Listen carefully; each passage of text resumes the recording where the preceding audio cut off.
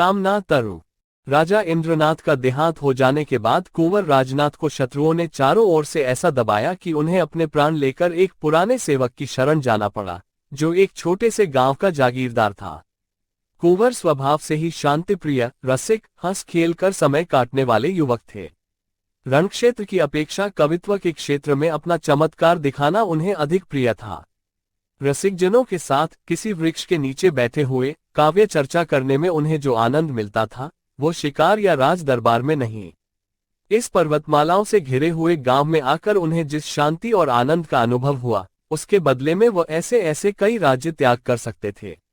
ये पर्वतमालाओं की मनोहर छटा, यह नेत्ररंजक हरियाली, ये जल प्रवाह की मधुर वीणा, ये पक्षियों की मीठी बोलियां, यह मृग शावकों की छलांगे, ये बछड़ों की कुलेलें, ये ग्राम निवासियों की बालोचित सरलता, ये रमणियों की संकोचमय चपलता, ये सभी बातें उनके लिए नई थीं, पर इन सबों से बढ़कर जो वस्तु उनको आकर्षित करती थी, वो जागीरदार की युवती कन्या चंदा थी।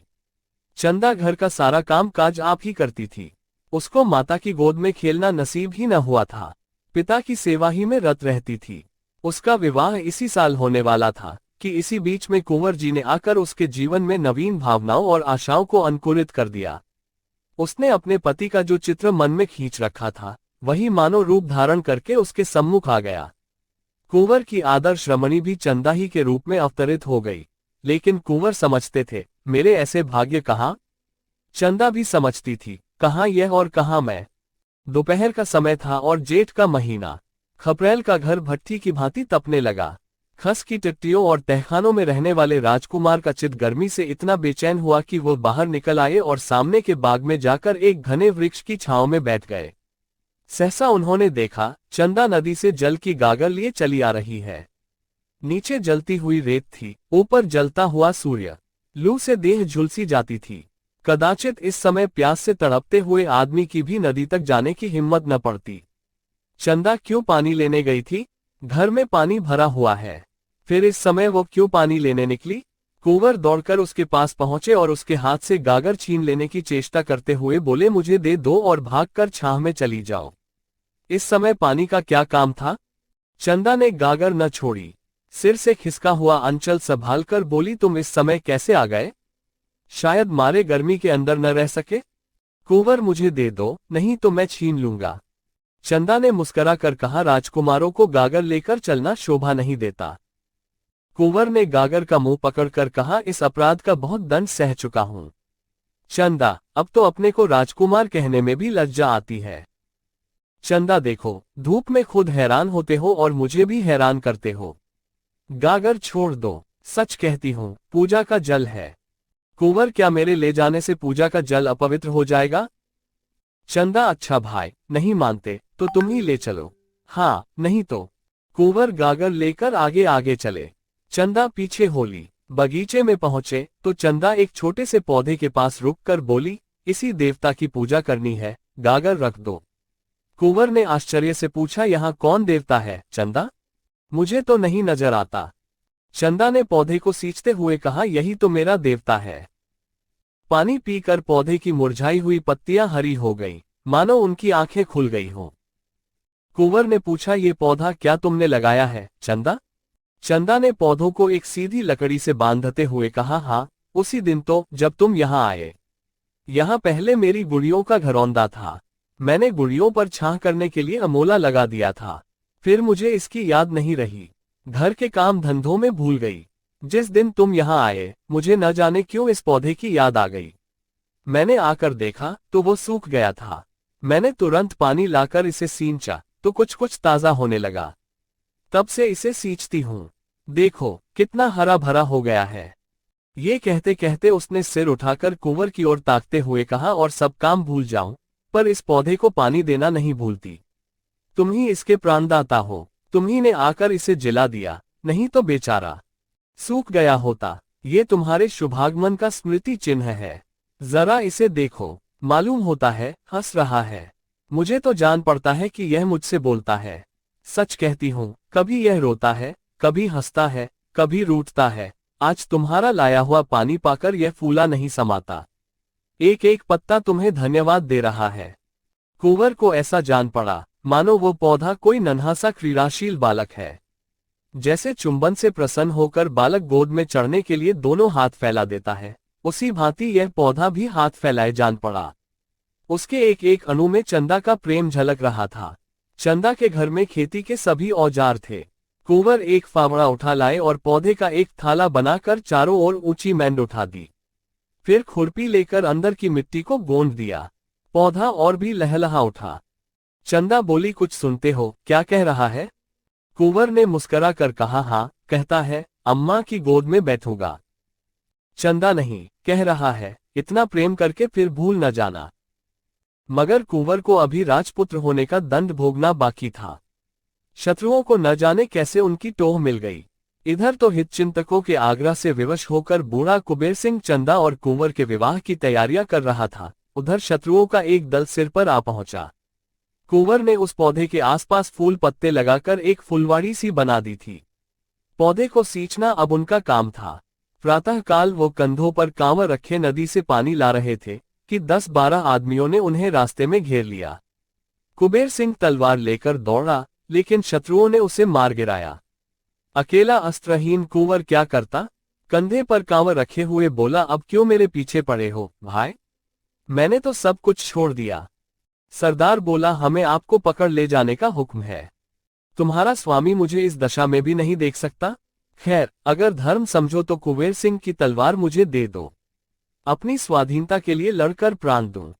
इसका उत्तर यही मिला कि सिपाहियों ने कुंवर को पकड़कर मुश्कें कस दी और उन्हें एक घोड़े पर बिठाकर घोड़े को भगा दिया।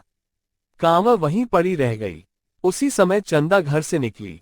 देखा, कांवर पड़ी हुई है और कुंवर को लोग घोड़े पर बिठाए जा रहे हैं। चोट खाए हुए पक्षी की भांति वो कई कदम दौड़ी, फिर गिर पड़ी। उसकी आंखों में अंधेरा छा गया। सहसा उसकी दृष्टि पिता की लाश पर पड़ी। वो घबरा कर उठी और लाश के पास जा पहुंची। कुबेर अभी मरा न था, प्राण आंखों में अटके हुए थे। चंदा को देखते ही क्षीण स्वर में बोला, बेटी कुंवर। इसके आगे वो कुछ न कह सका। प्राण निकल गए, पर इस शब्द कुंवर ने उसका आशय प्रकट कर दिया। 20 वर्ष बीत गए, कुंवर कैद से न छूट सके। यह एक पहाड़ी किला था। जहां तक निगाह जाती पहाड़ियां ही नजर आती। किले में उन्हें कोई कष्ट न था। नौकर चाकर, भोजन, वस्त्र, सैर, शिकार, किसी बात की कमी न थी। पर उस वियोगाग्नि को कौन शांत करता जो नित्य कुंवर के हृदय में जला करती थी। जीवन में अब उनके लिए कोई आशा न थी, कोई प्रकाश न था। अगर कोई इच्छा थी तो यही कि एक बार उस प्रेम तीर्थ की यात्रा कर ले, जहां उन्हें वो सब कुछ मिला जो मनुष्य को मिल सकता है। हाँ, उनके मन में एकमात्र यही अभिलाषा थी कि उन पवित्र स्मृतियों से रंजित भूमि के दर्शन करके जीवन का उसी नदी के तट पर अंत कर दें। वही नदी का किनारा, वही वृक्ष का कुंज, वही चंदा का छोटा सा सुंदर घर उसकी आंखों में फिरा करता, और वो पौधा जिसे उन दोनों ने मिलकर सींचा था, उसमें तो मानो उसके प्राण ही बसते थे। क्या वो दिन भी आएगा जब वो उस पौधे को हरी हरी पत्तियों से लदा हुआ देखेगा? कौन जाने वो अब है भी या सूख गया? कौन अब उसको सींचता होगा? चंदा इतने दिनों अविवाहित थोड़े ही बैठी होगी? ऐसा संभव भी तो नहीं। उसे अब मेरी सुध भी न होगी। हाँ, शायद कभी अपने घर की याद खींच लाती हो तो पौधे को देखकर उसे मेरी याद आ जाती हो। मुझ जैसे अभागे के लिए इससे अधिक वो और कर ही क्या सकती है। उस भूमि को एक बार देखने के लिए वो अपना जीवन दे सकता था, पर यह अभिलाषा न पूरी होती थी। एक युग बीत गया। शोक और नैराश्य ने उठती जवानी को कुचल दिया। न आंखों में ज्योति रही, न पैरों में शक्ति। जीवन क्या था? एक दुखदायी स्वप्न था। उस सघन अंधकार में उसे कुछ न सूझता था। बस जीवन का आधार एक अभिलाषा थी, एक सुखद स्वप्न जो जीवन में न जाने कब उसने देखा था। एक बार फिर वही स्वप्न देखना चाहता था। फिर उसकी अभिलाषाओं का अंत हो जाएगा, उसे कोई इच्छा न रहेगी। सारा अनंत भविष्य, सारी अनंत चिंताएं इसी एक स्वप्न में लीन हो जाती थीं। उसके रक्षकों को अब उसकी ओर से कोई शंका न थी। उन्हें उस पर दया आती थी। रात को पहरे पर केवल कोई एक आदमी रह जाता था और लोग मीठी नींद सोते थे। कुंवर भाग जा सकता है, इसकी कोई संभावना, कोई शंका न थी। यहां तक कि एक दिन ये सिपाही भी निश्चिंत होकर बंदूक लिए लेट रहा। निद्रा किसी हिंसक पशु की भांति ताक लगाए बैठी थी। लेटते ही टूट पड़ी। कुंवर ने सिपाही की नाक की आवाज सुनी। उनका हृदय बड़े वेग से उछलने लगा। यह अवसर आज कितने दिनों के बाद मिला था। वो उठे, मगर पांव थर थर कांप रहे थे। बरामदे के नीचे उतरने का साहस न हो सका। कहीं इसकी नींद खुल गई तो? हिंसा उनकी सहायता कर सकती थी। सिपाही की बगल में उसकी तलवार पड़ी थी, पर प्रेम का हिंसा से बैर है। कुंवर ने सिपाही को जगा दिया। वो चौंक कर उठ बैठा। रहा सहा संशय भी उसके दिल से निकल गया। दूसरी बार जो सोया तो खर्राटे लेने लगा। प्रातःकाल जब उसकी निद्रा टूटी तो उसने लपक कर कुंवर के कमरे में झांका। कुंवर का पता न था। कुंवर इस समय हवा के घोड़े पर सवार कल्पना की द्रुतागति से भागा जा रहा था, उस स्थान को जहां उसने सुख स्वप्न देखा था। किले में चारों ओर तलाश हुई। नायक ने सवार दौड़ाए, पर कहीं पता न चला। पहाड़ी रास्तों का काटना कठिन, उस पर अज्ञातवास की कैद, मृत्यु के दूत पीछे लगे हुए, जिनसे बचना मुश्किल। कुंवर को कामना तीरथ में महीनों लग गए। जब यात्रा पूरी हुई तो कुंवर में एक कामना के सिवा और कुछ शेष न था। दिन भर की कठिन यात्रा के बाद जब वो उस स्थान पर पहुंचे तो संध्या हो गई थी। वहां बस्ती का नाम भी न था। 2-4 टूटे फूटे झोपड़े उस बस्ती के चिन्ह स्वरूप शेष रह गए थे। वो झोपड़ा जिसमें कभी प्रेम का प्रकाश था, जिसके नीचे उन्होंने जीवन के सुखमय दिन काटे थे, जो उनकी कामनाओं का आगार और उपासना का मंदिर था, अब उनकी अभिलाषाओं की भांति भग्न हो गया था। झोपड़े की भग्नावस्था मूक भाषा में अपनी करुण कथा सुना रही थी। कुंवर उसे देखते ही चंदा चंदा पुकारते हुए दौड़े। उन्होंने उस रज को माथे पर मला, मानो किसी देवता की विभूति हो, और उसकी टूटी हुई दीवारों से चिमटकर बड़ी देर तक रोते रहे। हाय रे अभिलाषा! वो रोने ही के लिए इतनी दूर से आए थे। रोने की अभिलाषा इतने दिनों से उन्हें विकल कर रही थी, पर इस रुदन में कितना स्वर्गीय आनंद था। क्या समस्त संसार का सुख इन आंसुओं की तुलना कर सकता था? कुंवर ने पूछा, चंदा, ये पक्षी यहाँ कहाँ? चंदा ने कहा, मैं ही तो वो पक्षी हूँ। कुंवर, तुम पक्षी हो? क्या तुम ही गा रही थी? चंदा, हाँ प्रियतम, मैं ही गा रही थी। इसी तरह रोते रोते एक युग बीत गया। कुंवर, तुम्हारा घोंसला कहाँ है? चंदा, उसी झोपड़े में जहां तुम्हारी खाट थी। उसी खाट के बांध से मैंने अपना घोंसला बनाया है। कुंवर, और तुम्हारा जोड़ा कहाँ है? चंदा, मैं अकेली हूँ। चंदा को अपने प्रियतम के स्मरण करने में, उसके लिए रोने में जो सुख है, वो जोड़े में नहीं। मैं इसी तरह अकेली रहूंगी और अकेली मरूंगी। कुंवर, मैं क्या पक्षी नहीं हो सकता?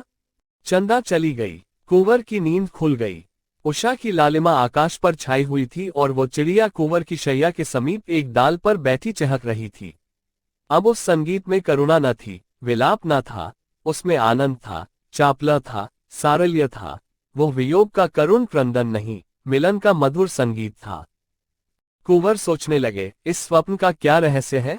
कुंवर ने शैया से उठते ही एक झाड़ू बनाई और झोपड़े को साफ करने लगे। उनके जीते जी इसकी यह भग्न दशा नहीं रह सकती। वो इसकी दीवारें उठाएंगे, इस पर छप्पर डालेंगे, इसे लीपेंगे। इसमें उनकी चंदा की स्मृति वास करती है। झोपड़े के एक कोने में वह कांवर रखी हुई थी, जिस पर पानी ला लाकर वो इस वृक्ष को सींचते थे। उन्होंने कांवर उठा ली और पानी लाने चले। 2 दिन से कुछ भोजन न किया था। रात को भूख लगी हुई थी, पर इस समय भोजन की बिल्कुल इच्छा न थी।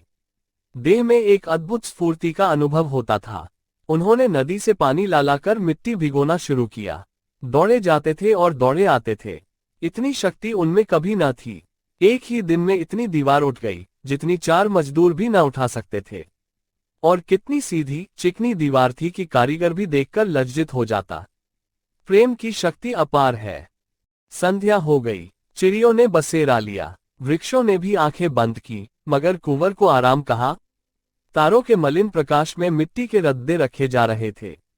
हाय रे कामना, क्या तू इस बेचारे के प्राण ही लेकर छोड़ेगी?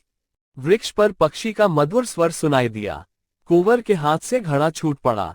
हाथ और पैरों में मिट्टी लपेटकर वो वृक्ष के नीचे जाकर बैठ गए। उस स्वर में कितना लालित्य था, कितना उल्लास, कितनी ज्योति। मानव संगीत इसके सामने बेसुरा आलाप था। उसमें ये जागृति, यह अमृत, ये जीवन कहाँ? संगीत के आनंद में विस्मृति है, पर वो विस्मृति कितनी स्मृति में होती है। अतीत को जीवन और प्रकाश से रंजित करके प्रत्यक्ष कर देने की शक्ति संगीत के सिवा और कहाँ है? कुंवर के हृदय नेत्रों के सामने वो दृश्य खड़ा हुआ जब चंदा इसी पौधे को नदी से जल लाकर सींचती थी। हाय, क्या वे दिन फिर आ सकते हैं?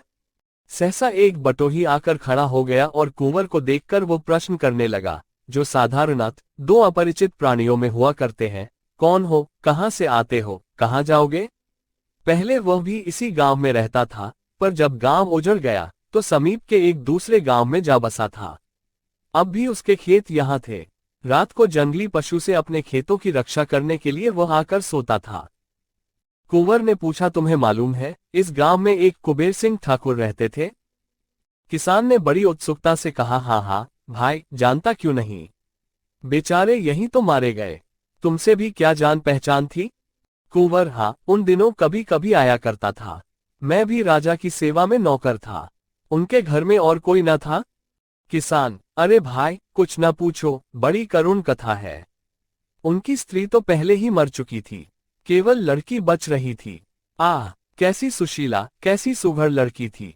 उसे देखकर आंखों में ज्योति आ जाती थी, बिल्कुल स्वर्ग की देवी जान पड़ती थी।